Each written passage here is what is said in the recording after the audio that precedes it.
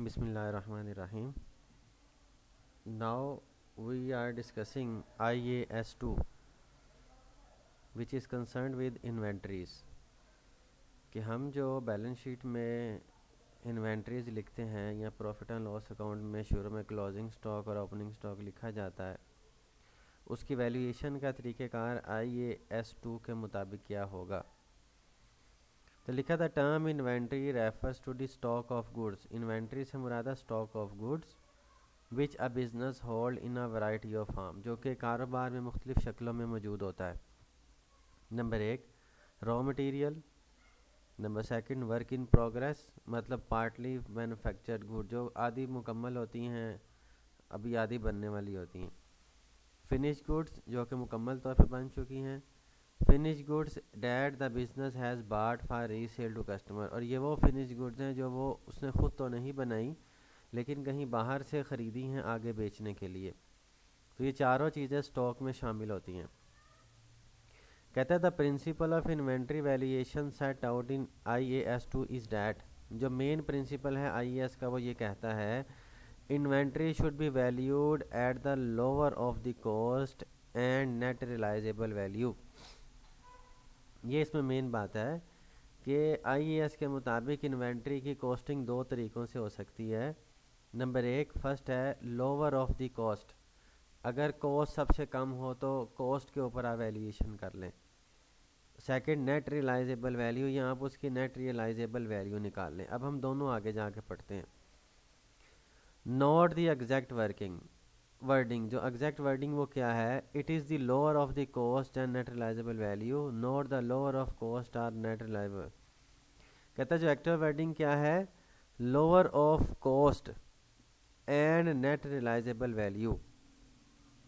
ठीक है जी, ये इसकी एक्चुअल वर्डिंग है। Note the lower of cost or, मतलब देखो आर का जिक्र नहीं है, अगर आप आर लिखेंगे तो ये गलत हो जाएगा।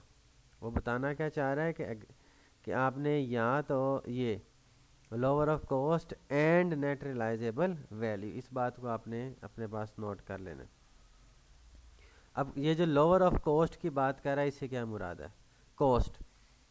Cost include all cost of purchase, इसमें परचेजिंग की तमाम कॉस्टें शामिल हैं, including transport and handling cost. मज़ीद इसमें शामिल करेंगे cost of conversion including manufacturing overhead and other cost incurred in bringing the inventory to its present location and condition. अब यूँ कह सकते हो कि कॉस्ट को रॉ मटेरियल के ख़रीदने से लेके उसकी एंड फिनिश गुड्स बनने तक जितना खर्चा आएगा वो सारे का सारा उसकी कॉस्ट में शामिल होगा। इसमें सैलरी भी शामिल है, बिजली पानी का खर्चा भी शामिल है, मज़दूरों की वेजेस भी शामिल हैं, सब कुछ इसमें शामिल होगा। सेकंड है नेट रियलाइजेबल वैल्यू।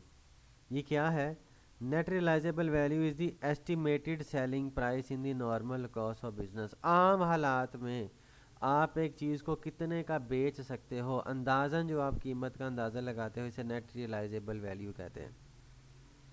इसमें से हमने माइनस क्या करना होता है, less the estimated cost of completion and estimated cost necessary to take the sale, और इसको बेचने के ऊपर जो खर्चा आ सकता है उसको आपने माइनस करना है।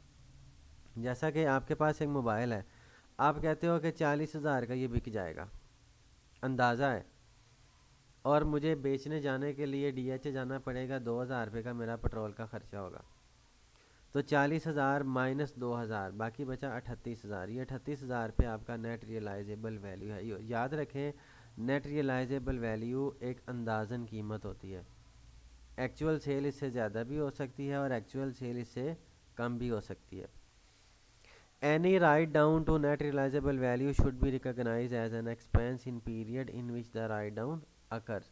और कहता है जिस ईयर में आप इसको सेल आउट करोगे ये सारे खर्चे भी आपने उसी ईयर के अंदर ही काउंट करने हैं। नोट लिखा उसने, इन्वेंट्री इज नेवर वैल्यूड, कभी भी आप इन्वेंट्री को नहीं लिखेंगे एट सेलिंग प्राइस, ना ही सेलिंग प्राइस के ऊपर, आर नेट रियलाइजेबल वैल्यू, ना ही नेट रियलाइजेबल वैल्यू पे, व्हेन जब that value is greater than the cost, जब इन दोनों की वैल्यू जो है वो कॉस्ट से ज़्यादा होगी।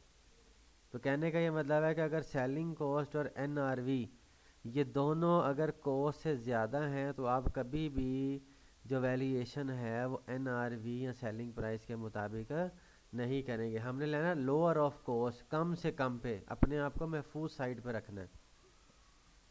एग्जाम्पल देख लें। कहता है ABC कंपनी है, स्टेशनरी कंपनी, उसने 20 बॉक्सेस खरीदे हैं फोटोकॉपियर पेपर के, $5 पर बॉक्स, एक बॉक्स $5 का है।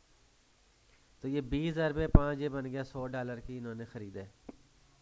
Following a flood in their stock room of 5 boxes were damage. कहता है उधर कोई सैलाब आ गया जिसकी वजह से उनके 5 डब्बे जो हैं वो ख़राब हो गए, पीछे रह गए 15। दे वर ऑफर्ड फॉर सेल, उनको जो सेल की जो कीमत मिली वो है $3 पर बॉक्स। ठीक है जी। All were unsold at the end of company financial year. कहते हैं ये सारे के सारे उनके पास पड़े हैं, बताएं अब उनकी एक्चुअल वैल्यू क्या होगी। तो देखिए टोटल 20 बॉक्स मंगवाए थे जिसमें से 5 ख़राब हुए, पीछे में रह गए 15। अब इसका मतलब है 15 तो बिल्कुल सही है, 5 उसमें से ख़राब है। जो 15 बिल्कुल ठीक है वो $5 का एक बॉक्स आया था, तो 15 की जो कीमत है $5 के मुताबिक बनी $75। ठीक है जी। अब 5 बॉक्स ख़राब हो गए थे, अब उनकी कीमत कितनी आई है 3, क्योंकि वो ख़राब हो गए ना, अब उनकी कीमत कम लगेगी, तो ये बन गए $15 ये। तो 5 बॉक्सेस 3, 15 ये, जो 75 वो और 15 ये, कुल मिला के इन्वेंट्री की वैल्यू कितनी हो गई $90।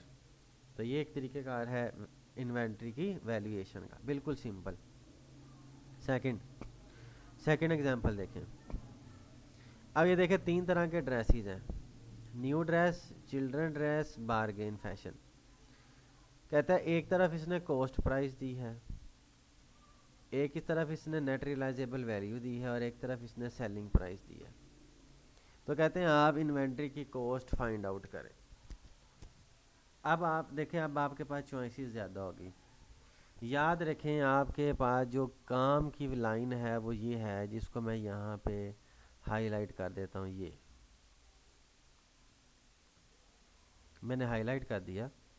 कहता है हम कभी भी इन्वेंट्री की कीमत सेलिंग प्राइस या नेट रियलाइजेबल के ऊपर नहीं लेंगे when that value is greater than the, अगर वो कॉस्ट से ज़्यादा है। तो इस पे आप शार्ट नोट कर लें कि हमने इन्वेंट्री की वैल्यू वो वाली उठानी है तीनों में से जो सबसे कम होगी। ठीक है जी। आप देखें पहले इन तीनों में से ये 1000 रुपये वाली वैल्यू सबसे कम है, मैं इसको हाईलाइट कर लेता हूँ। चिल्ड्रन में ये 2000 वाली सबसे कम है, मैं इसको हाईलाइट कर लेता हूँ। बारगेन वाली में से ये 900 रुपये वाली सबसे कम है, मैं इसको हाईलाइट कर लेता हूँ। ठीक हो गया। तो हमने इन तीनों वैल्यूज़ में से देखना है विच एवर इज़ लोअर, जो सबसे कम है। अब देखिए इसने क्या वैल्यू निकाली है, ये देखिए न्यू ड्रेसेस की 1000 रुपये, चिल्ड्रन क्लॉथ की 2000 रुपये, और बारगेन फैशन की 900 रुपये। टोटल कितनी बन गई इन्वेंट्री वैल्यू 3900 रुपये। बात समझ आ गई। तो ये तरीक़ेकार है इन्वेंट्री की वैल्यू को फाइंड आउट करने का। ठीक है जी। अब हमने IAS 1 में कुछ कंसेप्ट पढ़े थे। तो कहता है note that valuation of bargain fashion is the lowest of the 3 choices, this means that inventory valuation follows the prudence concept. ये अकाउंटिंग का एक कंसेप्ट है प्रूडेंस। प्रूडेंस कहते हैं कि आपने अपने आप को हमेशा सेफ साइड पर रखना है, जितनी भी कॉस्ट है उसको मिनिमम के ऊपर आपने जाके इवेल्यूएट करना है। ओके। अच्छा, इसके अलावा इन्वेंट्री वैल्यूएशन के और भी तरीक़ेकार हैं। अब मसलन 3 तरीक़ेकार हैं, last in first out, first in first out, और एवरेज कॉस्ट मेथड। अब जैसे देखें ना, दुकान में होता है क्या है कि जैसे कुछ सामान आपने महीना पहले का ख़रीदा था, अभी तक नहीं बिका, कुछ आप अभी नया नया लेके आए हो, वो अभी नहीं बिका। ठीक है। तो कहते हैं आप वैल्यूएशन किस तरीके से करोगे। तो लास्ट इन फर्स्ट आउट से मुराद है कि जो पहले आई थी उसको पहले बेचे, जो बाद में आई है उसको बाद में बेचे, कहते हैं life of. First in first out से मुराद ये है कि जो पहले आई है, जो मतलब जो अभी नई नई लाए हो उसको बेचते जाओ, पुरानी पड़ी है तो पड़ी रहने दो। और एवरेज कॉस्ट कहते हैं आप दोनों की, पुरानी और नई को मिला के आप उसकी एवरेज ले लें।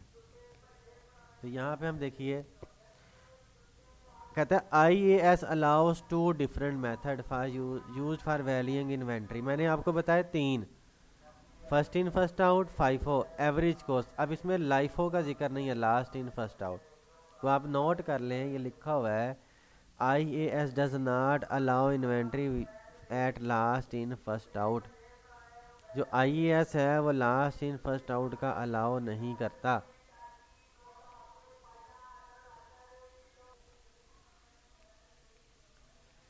ठीक है जी, IAS 2 जो है वो लास्ट इन फर्स्ट आउट को अलाउ नहीं करता। ये सिर्फ दो तरीक़ेकार को अलाउ करता है, एक फर्स्ट इन फर्स्ट आउट और एक एवरेज कॉस्ट मेथड। कहते हैं first in first out, this assume that first item to be bought will be first to be used. जो पहले खरीदी है उसको पहले इस्तेमाल करें। ठीक हो गया। ऑल दो दिस में not match the physical distribution of the goods. Average क्या है? Under this match a new average value इस कैलकुलेटेड। आप एक नई एवरेज वैल्यू निकाल लेते हैं और उसके मुताबिक आप चीज़ों को सेल आउट करते हो।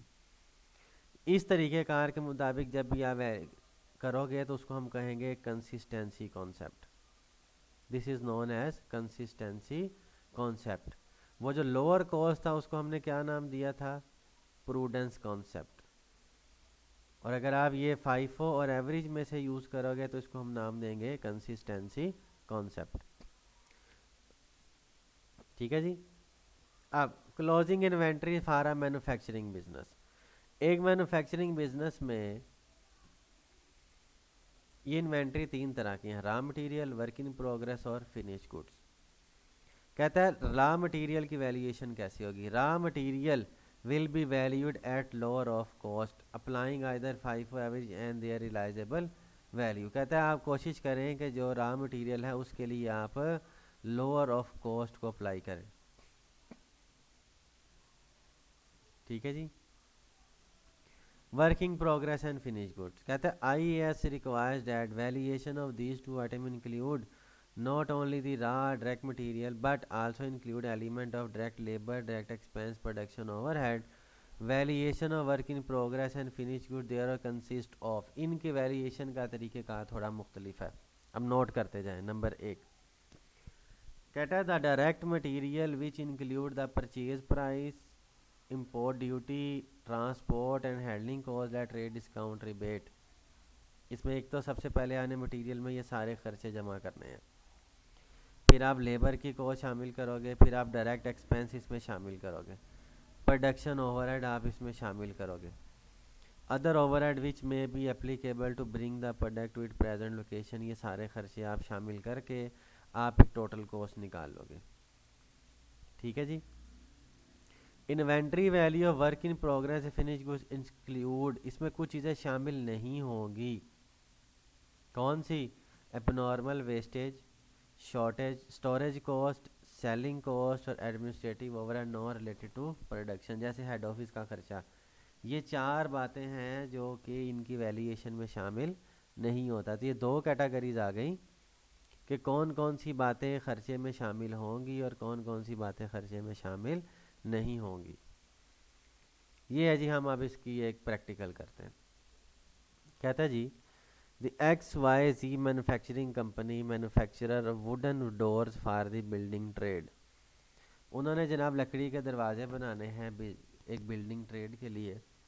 For the period under review it manufacture and sold 10,000 door, 10,000 दरवाजे इन्होंने बना के बेचे। At the end of the trading period, साल के आखिर में, देयर वर 1,000 कंप्लीटेड और ready for dispatch to customer. कहता 1,000 दरवाजे वो थे जो बिल्कुल तैयार पड़े थे बेचने के लिए। 2,000 doors which were half completed, 200 आधे बने हुए थे। As regard completed as regard direct material, direct labour and production overhead, तीन तरह के खर्चे उसमें शामिल थे। अब कहता है कुछ खर्च कॉस्ट उसने दिया, जैसे कि डायरेक्ट मटेरियल 20,000 का खर्चा उसमें हुआ था, डायरेक्ट लेबर का 5,000 का हुआ था, प्रोडक्शन ओवरहेड 8,300 का हुआ था, नॉन प्रोडक्शन ओवरहेड 10,000 का, टोटल खर्चा 43,300 रुपये का हुआ था। कहता है calculate the work in progress and finish goods. ठीक है जी। तो कहते हैं सबसे पहले तो आप उसकी क्वांटिटी मालूम करें ना। तो टोटल यूनिट जो हमने सोल्ड की है 10,000, ठीक है जी। ये देखें ना, ये ऊपर लिखा भी है सोल्ड $10,000, 10,000 बेचे। फिनिश गुड्स यूनिट जो बाकी बने अब उनके पास पड़े हैं जो है वो 1,000 कम्प्लीटेड और है। ये आगे फिनिश गुड्स।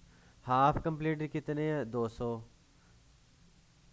ठीक है जी। चूँकि ये हाफ कम्प्लीटेड है तो इसको हमने कर लिया 0.5 से ज़रूर दे के, मतलब ये 100 पूरे दरवाजे बने पड़े, मतलब आप हाफ कर लें ना, ठीक है जी। तो प्रोडक्शन फॉर द ईयर कितनी होगी? उन्होंने पूरे साल में कितने बनाए? 10,000 वो जो बिक चले गए, 1,000 जो अब उनके पास पड़े हैं, और 100 ये टोटल बन गए 11,100। ये इनकी इस साल की टोटल प्रोडक्शन है,